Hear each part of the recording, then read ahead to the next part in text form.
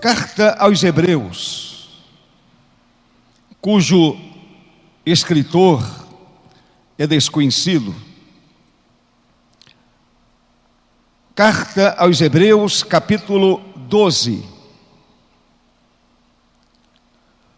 verso de número 2. Hebreus 12, verso 2.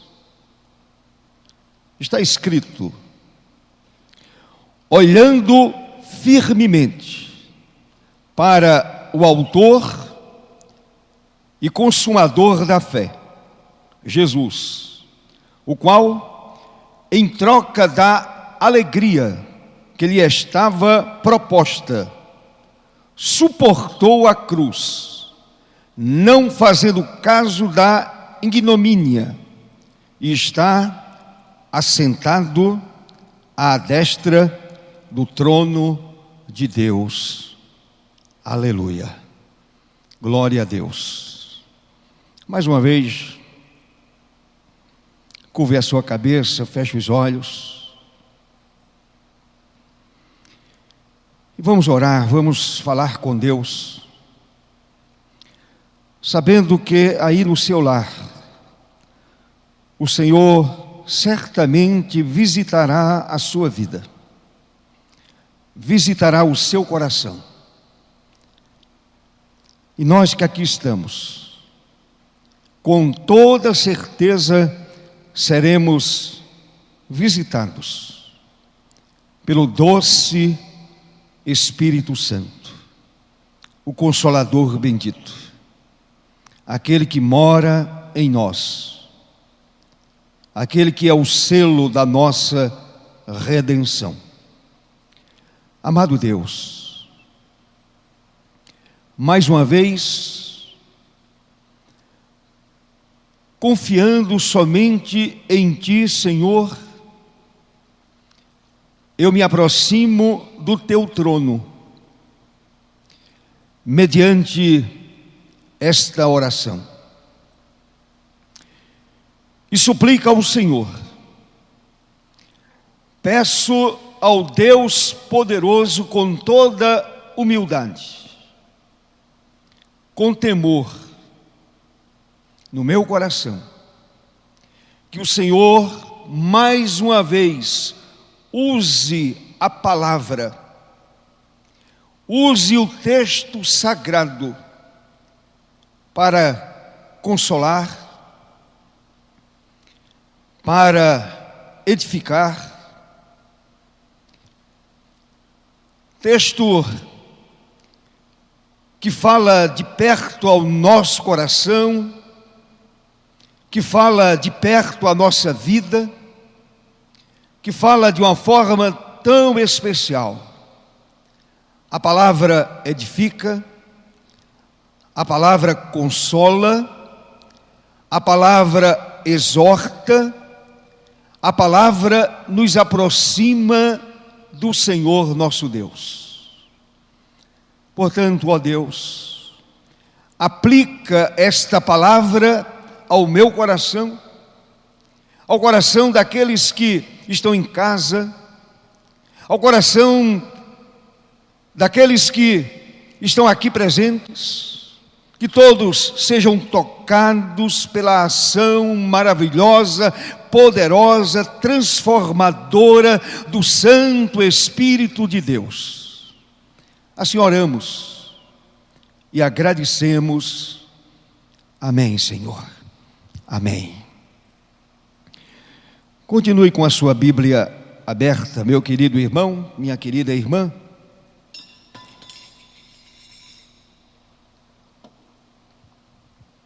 Nós vamos pensar um pouquinho a respeito do texto que foi lido. Antes, eu gostaria de ler o verso 1, o verso 2 mais uma vez, e o verso 3. Essa porção das Sagradas Escrituras. E eu vou usar a paráfrase da Bíblia Viva. E quando a gente usa a Bíblia Viva, o texto torna-se bem mais claro. O texto torna-se muito claro à nossa mente, ao nosso coração. E a Bíblia Viva faz a paráfrase do verso 1 dizendo o seguinte: visto que temos uma multidão tão grande de homens de fé, observando-nos da tribuna principal, afastemos de nós qualquer coisa que nos torne vagarosos ou nos atrase,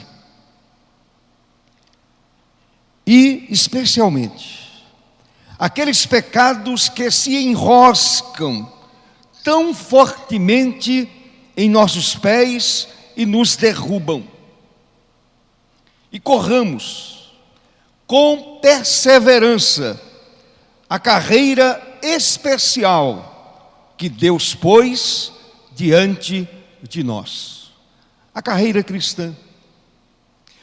O autor sagrado chama aqui de carreira especial. O verso 2 da paráfrase da Bíblia Viva diz assim: mantenham os olhos ou o olhar firme em Jesus. Mantenham o olhar firme na pessoa bendita de Jesus. Não erre o alvo, não erre o foco. E continua: nosso líder e orientador, continue olhando para Jesus, nosso líder, nosso orientador.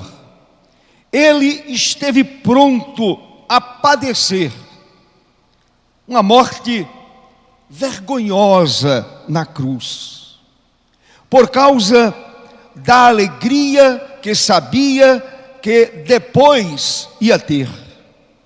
E agora está sentado no lugar de honra, ao lado do trono de Deus. Está sentado no mais alto e sublime trono, ao lado do Deus Pai Todo-Poderoso.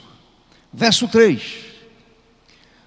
se vocês querem evitar de se sentirem desfalecidos e cansados, pensem na resignação de Jesus, resignação dele, enquanto homens pecadores, homens ímpios faziam essas coisas tão terríveis com ele. Isto é, a morte de cruz. Meus amados, eu quero falar nesta noite sobre este tema.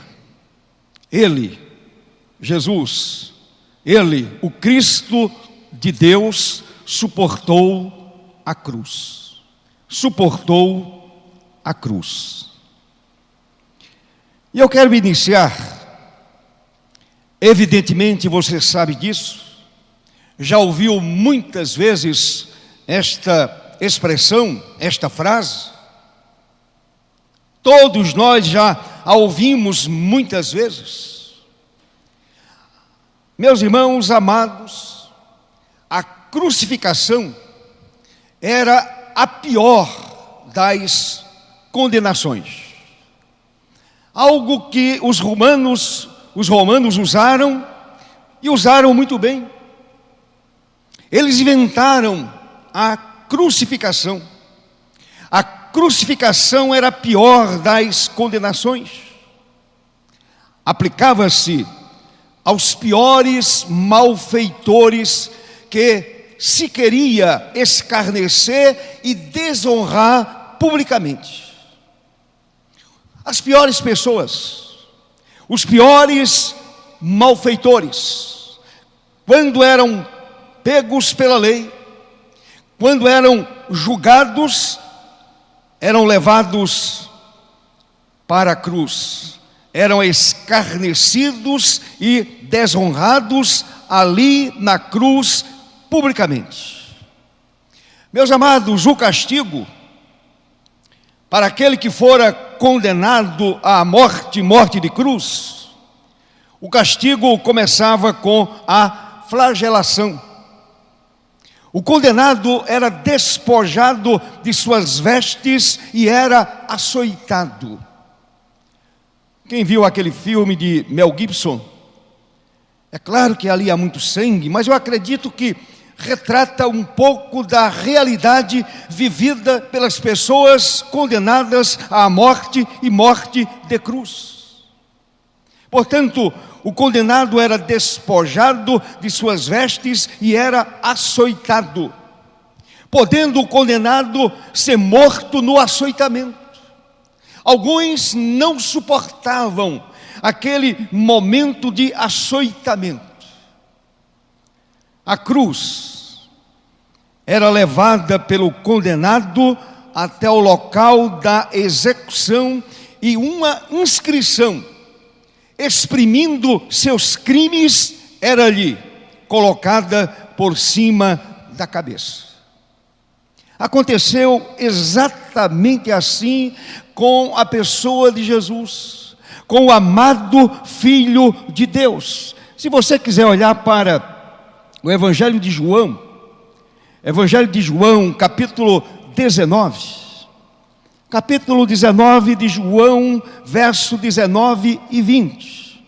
Está escrito: Pilatos escreveu também um título e o colocou no cimo da cruz. O que estava escrito era: Jesus Nazareno, o Rei dos Judeus.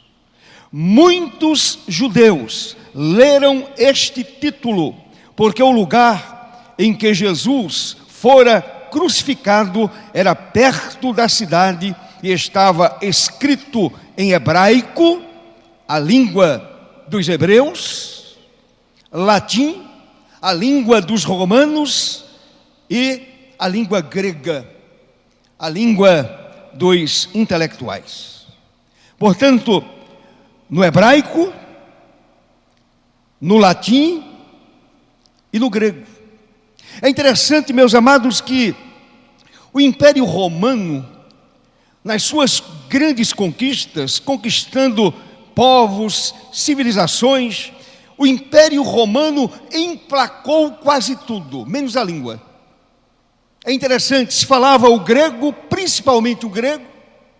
O grego continuou sendo a língua usada naquele mundo antigo.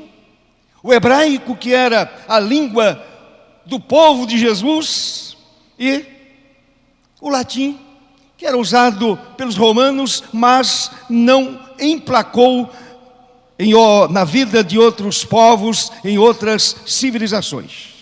Meus amados, o condenado era pregado na cruz ou atado a ela.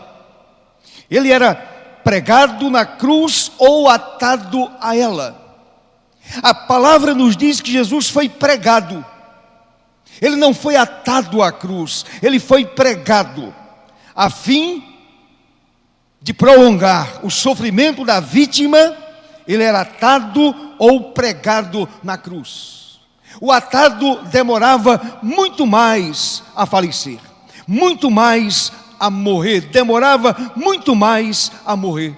O sofrimento era intenso, a agonia era profunda, e aí você pode imaginar a dor, o sofrimento, a agonia do Senhor e Salvador Jesus Cristo, aquele que fora condenado à morte e morte de cruz.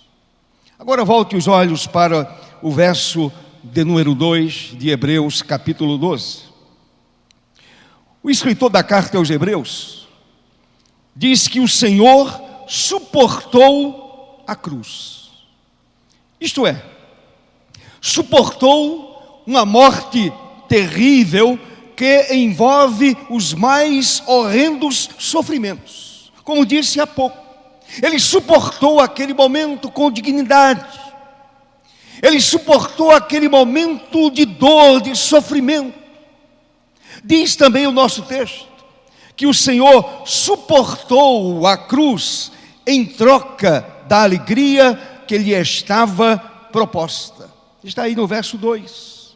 Isto é, a satisfação de um objetivo atingido, fazendo a vontade do Pai e provendo completa salvação para os seus discípulos, para todo aquele que ouviu e seguiu a sua voz, e também para nós, que aqui estamos, você que está em casa, nós que estamos no século 21, Ele suportou a cruz e proveu para a minha vida e para a sua vida completa salvação, cabal salvação.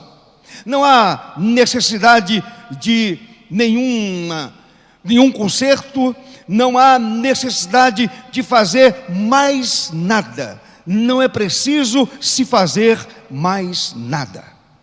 O texto continua afirmando que o Senhor suportou a cruz, não fazendo caso da ignomínia ou grande desonra.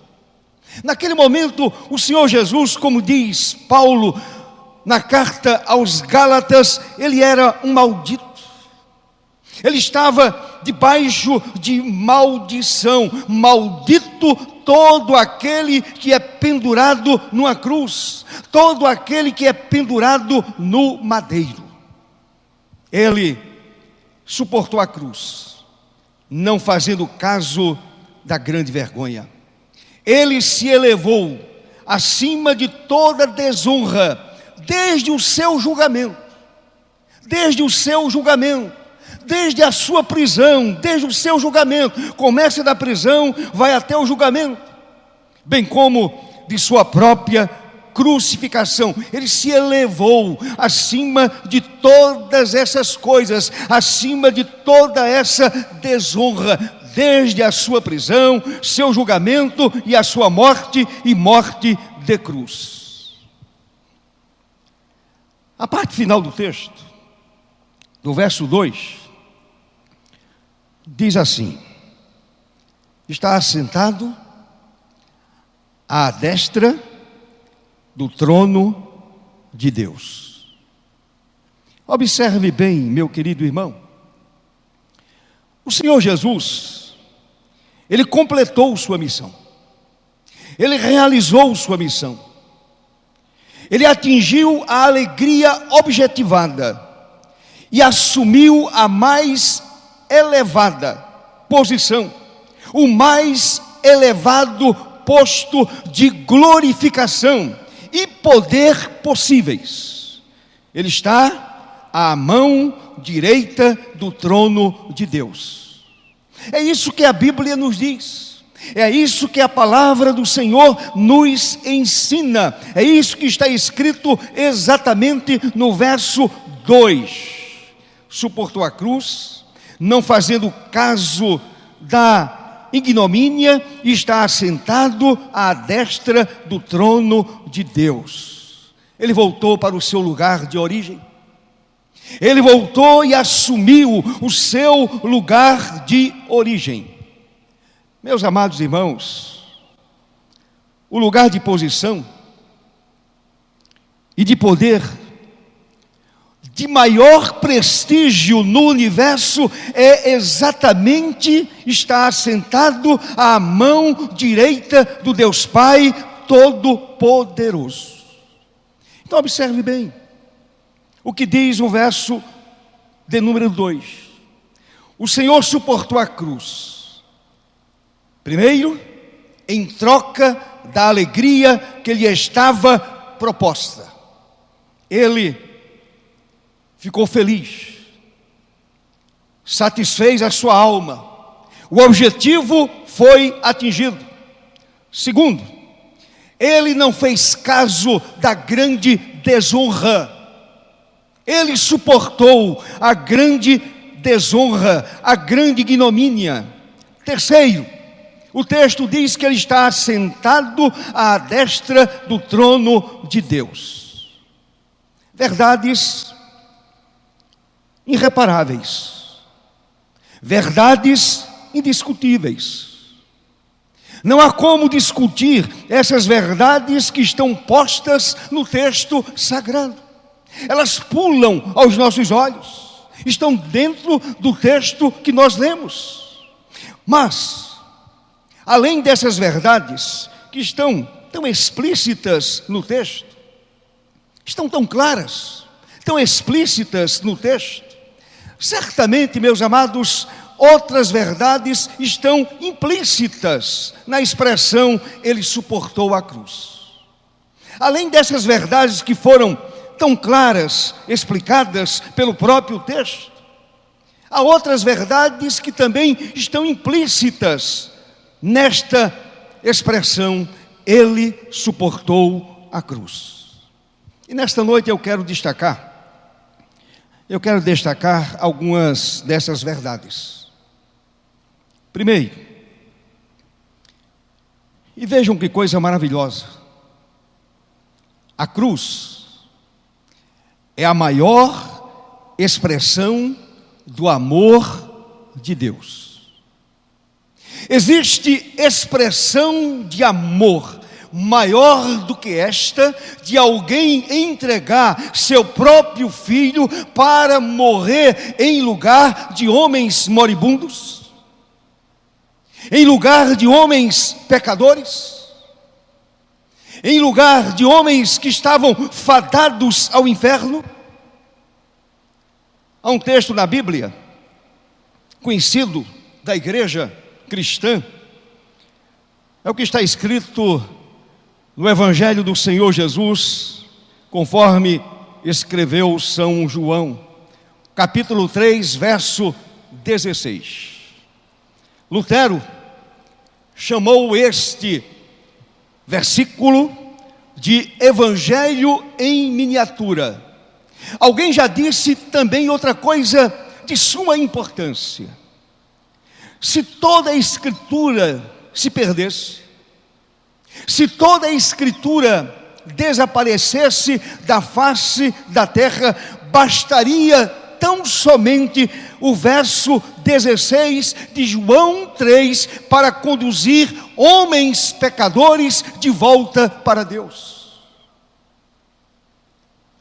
O texto diz assim: porque Deus amou ao mundo, porque Deus amou a mim, pobre pecador, porque Deus amou ao mundo de tal maneira que deu. Livremente o Senhor deu o seu Filho unigênito, para que todo que nele crê não pereça, mas tenha a vida eterna. Louvado seja para sempre o nome do Senhor nosso Deus. Eu creio na mensagem da cruz. A cruz me revelou o grande amor de Deus. A cruz me revelou um Deus cheio de compaixão. A cruz me revelou um Deus cheio de misericórdia.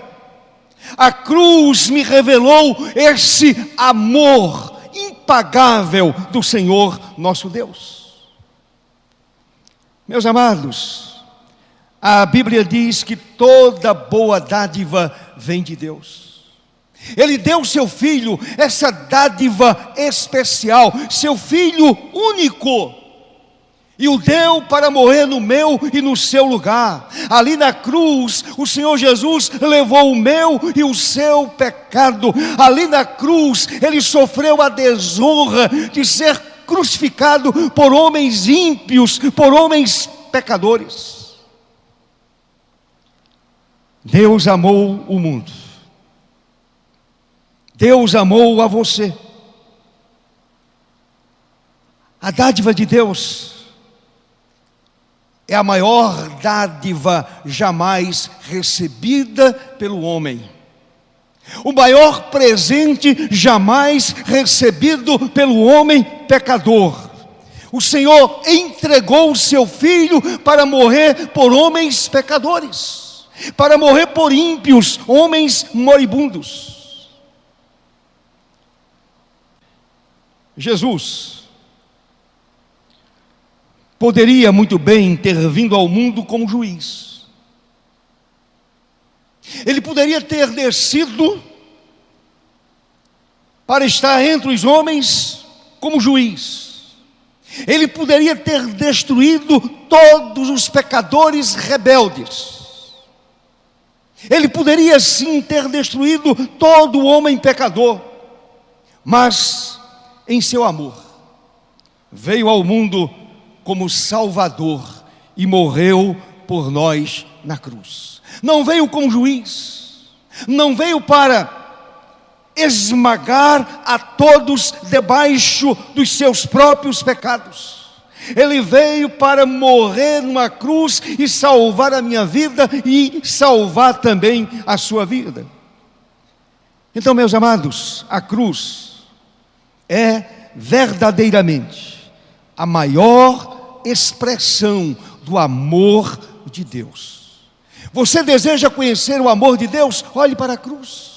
Olhe para o crucificado, olhe para Jesus, olhe para o Filho de Deus, levando sobre si o meu pecado e o seu pecado, levando sobre si a minha impiedade e a sua impiedade.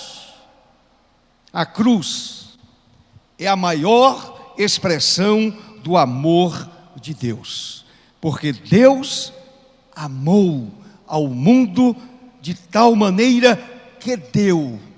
Ninguém o obrigou. Deus é soberano e soberanamente Ele deu o seu Filho para numa cruz morrer por mim, morrer pela minha vida.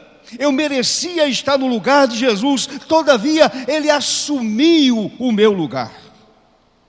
A segunda verdade que eu gostaria de deixar para o seu coração: a cruz é a maior prova do amor do Filho para com o Pai. Primeiro ponto foi: a cruz é a maior expressão do amor de Deus. Deus amou e deu o seu Filho. Mas também a cruz é a maior prova do amor do Filho para com o Pai. No Evangelho de João, se você quiser abrir a sua Bíblia, Evangelho de João, capítulo 8, verso 28 e 29, está escrito: o Senhor Jesus dizendo, disse Jesus: quando levantardes o Filho do Homem, então sabereis que eu sou. Essa expressão tão conhecida, que é usada lá no Velho Testamento, quando Moisés pergunta: quem és tu? E quando alguém me perguntar quem te enviou, dirás: eu sou, te enviou. Jesus usa a mesma expressão: sabereis que eu sou, e que nada faço por mim mesmo, mas falo como o Pai me ensinou. E aquele que me enviou está comigo, e não me deixou só, porque eu faço sempre o que lhe agrada. Portanto, a cruz é a maior prova do amor do Filho para com o Pai. Meus irmãos, agradamos a quem amamos. Jesus amou o Pai de uma forma abnegada. Agradamos a quem amamos. O Senhor provou na cruz que amava intensamente o Pai, pois deixou que o Pai o colocasse sobre ele todos os nossos pecados. Jesus permitiu por amor ao Pai. Ele permitiu que o meu pecado, o seu pecado fosse colocado sobre ele. O profeta Isaías escreveu lá no capítulo 53, verso 6: todos nós andávamos desgarrados como ovelhas, cada um se desviava pelo caminho, mas o Senhor fez cair sobre ele a iniquidade de nós todos. Caiu sobre a pessoa de Jesus. É a prova do amor do Filho para com o Pai. Ele levou o meu pecado, Ele permitiu que o Pai colocasse sobre Ele todos os nossos pecados. Louvado seja o nome do Senhor para todo o sempre. A minha iniquidade caiu sobre a pessoa de Jesus. O meu pecado foi despejado sobre a vida de Jesus. A cruz é de fato a maior prova do amor do Filho para com o Pai. Louvado seja o nome do Senhor para todo sempre. Aleluia. E uma terceira verdade: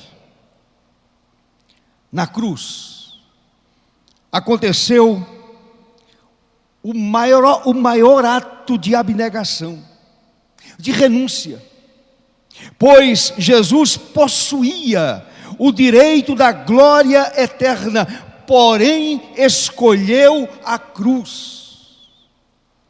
Vou repetir: na cruz aconteceu o maior ato de abnegação, o maior ato de renúncia, pois Jesus possuía o direito da glória eterna, porém escolheu a cruz. Ele escolheu morrer, ele escolheu entregar a sua própria vida voluntariamente.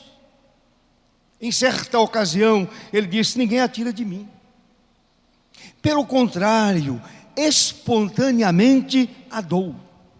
Então, meus amados, através dessa escolha, nós que éramos seus inimigos, merecedores do castigo eterno, alcançamos a maior honra. Alcançamos a certeza da redenção eterna mediante esse ato de renúncia de Jesus. Ele abriu mão, ele se esvaziou, e ele se deixou pregar numa cruz. E agora eu e você fomos alcançados pela cruz de Cristo, pela mensagem eterna da cruz. E o Senhor nos alcançou, nos perdoou, nos abraçou e nos amou e continua nos amando. Alcançamos a maior honra. No livro do Apocalipse, se você quiser abrir a sua Bíblia no livro do Apocalipse, capítulo 1, verso 5, parte B e verso 6, está escrito: aquele que nos ama e pelo seu sangue nos libertou dos nossos pecados e nos constituiu reino, sacerdotes para seu Deus e Pai. A Ele a glória e o domínio pelos séculos dos séculos. Amém. Então, meus amados, a cruz nos mostra a história do mais glorioso ato de renúncia. Jesus renunciou à sua própria vida. Ele renunciou à sua própria vida para tomar o meu lugar naquela cruz maldita, para tomar o seu lugar naquela cruz maldita. Ele renunciou à sua própria vida. E Ele agora nos libertou dos nossos pecados e nos constituiu reino, sacerdotes para seu Deus e Pai. A Ele a glória e o domínio pelos séculos dos séculos. Amém. Que ato maravilhoso de renúncia. Ele renunciou à própria vida. O Senhor Jesus renunciou à sua própria vida Ele abriu mão da própria vida, foi levado à cruz do Calvário. Ali ele sangrou até a morte, derramou seu sangue carmesim até a morte. Em quarto lugar, em último lugar, na cruz, o pecado foi eliminado completamente. O pecado, meus amados, eu e você sabemos que é abominação para Deus. E como pecadores, não podíamos nos aproximar de Deus. Como pecador, eu não podia jamais me aproximar de Deus. O meu pecado me separava de Deus. A Bíblia já nos diz isto de uma forma clara. O pecado faz separação entre o homem pecador e o Deus santo e poderoso que está no céu. Jesus, porém, tomou sobre si todos os nossos pecados. Ele tomou sobre si os pecados dos seus servos, dos eleitos. Hebreus 9:26 diz que Jesus se manifestou uma vez por todas para aniquilar, pelo sacrifício de si mesmo, o pecado. Glória a Deus por isso. Jesus se ofereceu. Ele se manifestou, como está escrito, uma vez por todas. Uma vez por todas. Esse sacrifício não é mais repetido.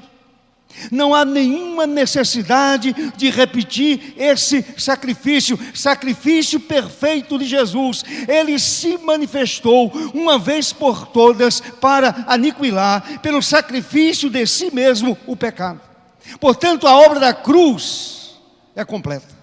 O sacrifício lá na cruz, a obra de Cristo é completa lá na cruz. A obra do Senhor é completa, definitiva e eterna. Não há reparo a fazer. Nenhum reparo a fazer. Ela é completa, ela é definitiva, ela é eterna. Uma vez por todas. Não há necessidade de repetir. Diz lá o verso de Hebreus 9:26, e se manifestou uma vez por todas, para destruir, para aniquilar, pelo sacrifício de si mesmo, o pecado. Na primeira carta, escrita por Pedro, sua primeira carta, no verso 24 do capítulo 2, Pedro escreveu de uma forma magistral, evidentemente inspirado pelo Espírito Santo, carregando Ele mesmo em seu corpo sobre o madeiro os nossos pecados, para que nós, mortos para os pecados, vivamos para a justiça. Por suas chagas fostes sarados.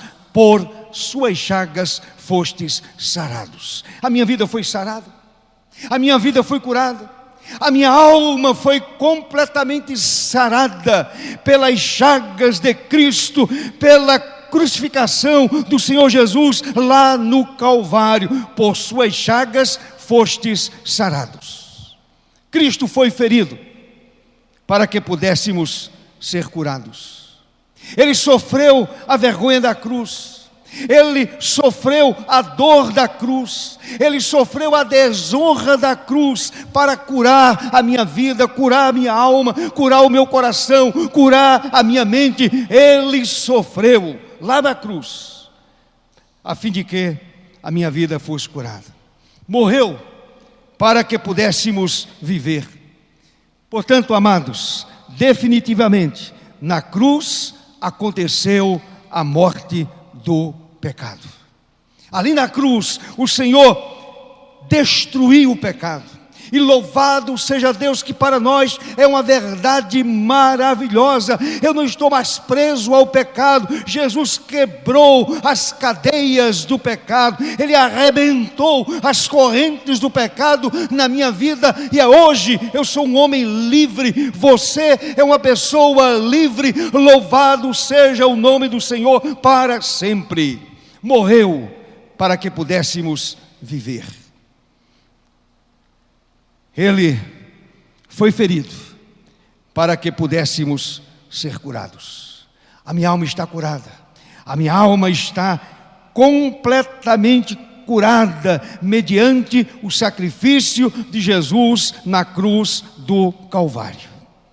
Então, meus amados, aprendemos que o Senhor Jesus suportou a cruz. Primeiro, para revelar o grande amor do Pai pelo homem pecador, para me mostrar o grande amor de Deus. Deus me amou de tal maneira que deu o seu Filho único para numa cruz morrer no meu lugar. Ele assumiu o meu lugar. Então a cruz me revelou o grande amor do Deus Pai por minha vida, por sua vida. Pelo meu pecado, pelo seu pecado, Jesus morreu na cruz. Em segundo lugar, a cruz serviu também para demonstrar o amor perfeito do Filho para com o Pai, para com o seu Pai. Em terceiro, ele apresentou o mais fascinante ato de renúncia. Já imaginou? O Filho de Deus, ele vem do céu, ele toma a forma humana, ele renuncia a tudo, renuncia a todos os seus direitos eternos, e vem, encarna, e é levado à morte, e morte de cruz, ato fascinante de renúncia. E ainda, ali na cruz, o Senhor destruiu a ação do pecado para sempre. A ação do pecado para sempre. Quem está em Cristo não é mais escravo do pecado. Não estou dizendo que a pessoa não peca, que o eleito não peca, que o crente não peca, que o servo do Senhor não peca. Não, eu estou dizendo que eu em Cristo, a minha vida estando em Cristo, escondida em Cristo, a minha vida não é mais escrava do pecado. Se, pois, o Filho vos libertar, verdadeiramente sereis livres. Louvado seja o nome do Senhor para sempre por isso. Eu sou livre. O Senhor destruiu a ação do pecado para sempre na minha vida. E quando eu peco, eu tenho um advogado. Ele está à direita do Deus Pai Todo-Poderoso, intercedendo por mim, intercedendo pela minha vida. Quando me ajoelho diante do Senhor, confessando o meu pecado, o meu grande advogado, o meu Senhor, o meu Salvador, está ali no céu, à direita do Deus Pai Todo-Poderoso, intercedendo por mim. Então, amados, diante dessas revelações tão especiais, o que nos resta? O que nos resta é continuar fitando os olhos em Jesus, autor e consumador da nossa fé. Eu preciso olhar sempre para Jesus, olhar sempre para o meu Salvador, como diz o texto que lemos, o verso 2 de Hebreus 12, para nós, seus servos, só há um mestre, para quem devemos olhar, e a quem devemos agradar, a quem devemos obedecer, a quem devemos louvar com todo o prazer da nossa vida, com todo o prazer da nossa alma. Devemos continuar olhando exclusivamente para o Senhor, pois Ele é o originador de nossa fé. Ele é o líder do caminho. Eu preciso olhar para Jesus, continuar olhando para o Senhor Jesus.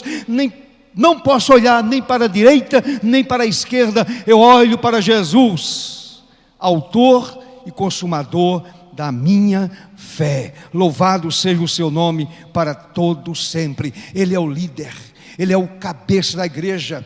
Ele é aquele que vai adiante do seu povo, Ele é aquele que vai adiante da sua igreja. Eu preciso continuar olhando para Jesus, autor e consumador da fé. Então, amados, a cruz revelou o grande amor de Deus, o grande amor de Deus. A cruz revelou esse grande amor do Pai pelo homem pecador, demonstrou o amor perfeito do Filho para com o Pai, apresentou o mais fascinante ato de renúncia, e destruiu a ação do pecado para sempre. Portanto, glorifique a Deus, exalte o nome do Senhor, honre a Deus com a sua vida, viva para a glória do Senhor, continue olhando firmemente para Jesus, autor e consumador da fé. Não olhe para a esquerda, não olhe para a direita, olhe para Jesus, continue olhando para o Senhor Jesus. Ele é o seu Senhor, Ele é o seu Salvador, Ele é o líder de sua vida, Ele é o caminho, Ele é a verdade, Ele é a vida. Louvado seja o seu nome para sempre. Amém.